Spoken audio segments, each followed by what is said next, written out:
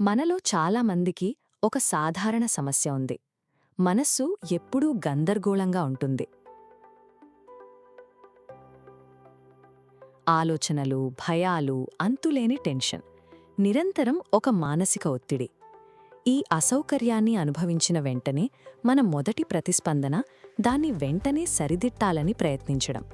ఆ గందరగోళంలో జోక్యం చేసుకోవడం. ఆ భావనల నుంచి బయటపడటానికి మనం రకరకాల దారులు వెతుకుతాం. వచ్చిన ఆలోచనలతో పోరాడుతాం, వాటిని విశ్లేషిస్తాం, లేదా వాటిని బలవంతంగా ఆపాలని చూస్తాం. కాని ఈ ప్రయత్నంలో ఒక ఆలోచన 10 అవుతుంది, 10 కాస్త 100 అవుతాయి. ఆ పోరాటమే ఒక పెద్ద మానసిక తుఫానుగా మారుతుంది. ఆ గందరగోళాన్ని అర్థం చేసుకోవడానికి మనం ఎంత ఎక్కువగా విశ్లేషించడం మొదలుపెడతామో ఆ ఒత్తిడి అంత వేగంగా పెరుగుతుంది. మనస్సు మరింత కలుషితమవుతుంది. ఆలోచనలు స్వతహాగా బాధను కలిగించవు, కాని వాటిని కట్టడి చెయ్యాలని మనం చేసే పోరాటం మనస్సులో ఒక రకమైన ఘర్షణను సృష్టిస్తుంది. అదే అసలైన నొప్పి. మరి దీనికి పరిష్కారమేమిటి? దీనికి సమాధానంగా ఒక పురాతన కథ ఉంది. ఒక విద్యార్థి తన అశాంతిని గురువు ముందు ఉంచినప్పుడు ఆయన ఒక గిన్నెలో మట్టి కలిసిన నీళ్లను తీసుకుని మెల్లగా కలిపాడు.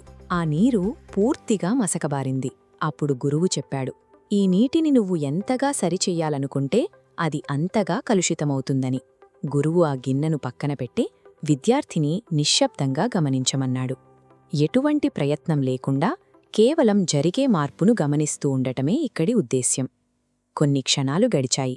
ఎలాంటి బాహ్య ఒత్తిడి లేకుండానే మట్టి కణాలు తమ బరువుతో తామే మెల్లగా కిందకి దిగిపోయాయి. నీళ్లు స్వయంగా స్పష్టంగా మారాయి. మన మనస్సు కూడా ఖచ్చితంగా ఇలాగే పనిచేస్తుంది. నిశ్శబ్దమనేది నువ్వు బలవంతంగా సృష్టించేది కాదు. నువ్వు జోక్యం ఆపినప్పుడు స్పష్టత దానంతటాదే వస్తుంది. మనం ఏమీ చెయ్యకుండా వదిలేసినప్పుడు మిగిలే సహజమైన స్థితే ఆ ప్రశాంతత. మరి రోజువారీ జీవితంలో దీన్ని ఎలా ఆచరించాలి? నీ మనస్సును ఒక సినిమా థియేటర్లా ఊహించుకో. స్క్రీన్ పైన ఎన్నో దృశ్యాలొస్తాయి, మాటలు వినిపిస్తాయి, భావాలు మారుతూ ఉంటాయి. ఇవన్నీ నా ఆలోచనలే కాని ఇవి నేను కాదు అన్న ఒక మానసిక దూరాన్ని సృష్టించుకో. ఎందుకంటే నువ్వు ఆ సినిమాలో ఒక పాత్ర కాదు, నువ్వు కేవలం ఆ సినిమాని చూసేవాడివి మాత్రమే.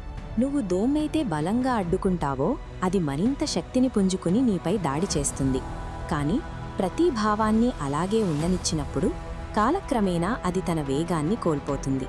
ప్రతి ఆలోచనకు ప్రతిస్పందించాల్సిన అవసరం లేదు, ప్రతి భావాన్ని సరిచెయ్యాల్సిన పనిలేదు. ఈ విషయాన్ని గ్రహించడమే అసలైన స్వేచ్ఛ.